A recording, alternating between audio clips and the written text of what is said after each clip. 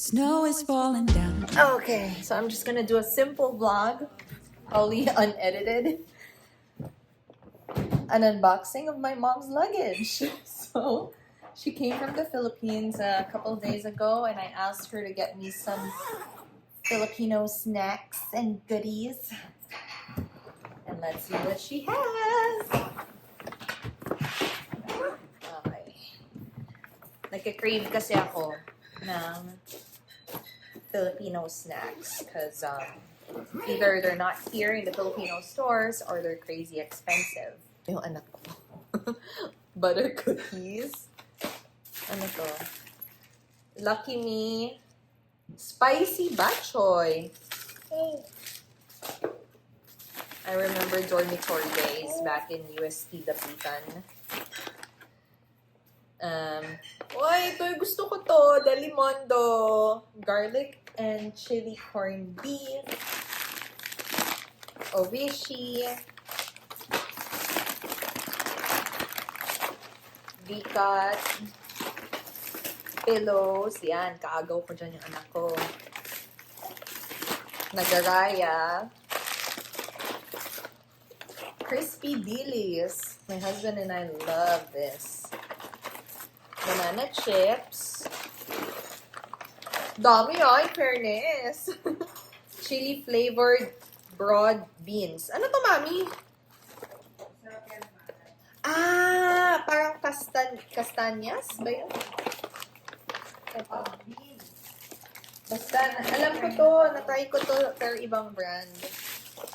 Oh, nabiyayaan din ako ng Great Taste Supreme Toffee Hazelnut. Ay. Ito ang tunay na smuggled goods.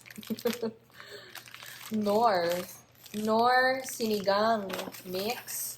Sinigang na flavor. Sinigang sa gabi. Crab and corn yan. Request ko din yan. Crab and corn. Beef goto mix. And this one. Ito medyo maharlika pero ang sarap talaga nito. Ano tawag dito? Chocolate mangoes. So it's dried mangoes dipped in chocolate. And we also have the regular dried mangoes. Here is peanut bar. It's peanut bar. I remember eating this growing up when my grandma used to stash this in her room. And I would get some. These snacks. Parang parang siyang may meringue on top. Ano tawag dito sa snacks na to, mami? Ice gem biscuits. No.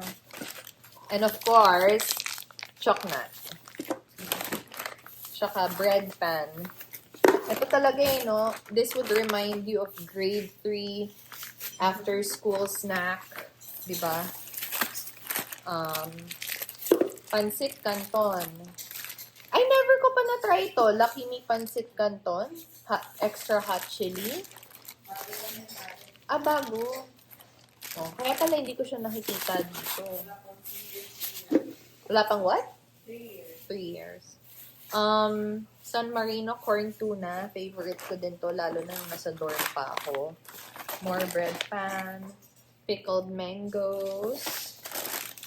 Oy, Ovaltinis! Bet ko to. Ano for the babies? For the mommy.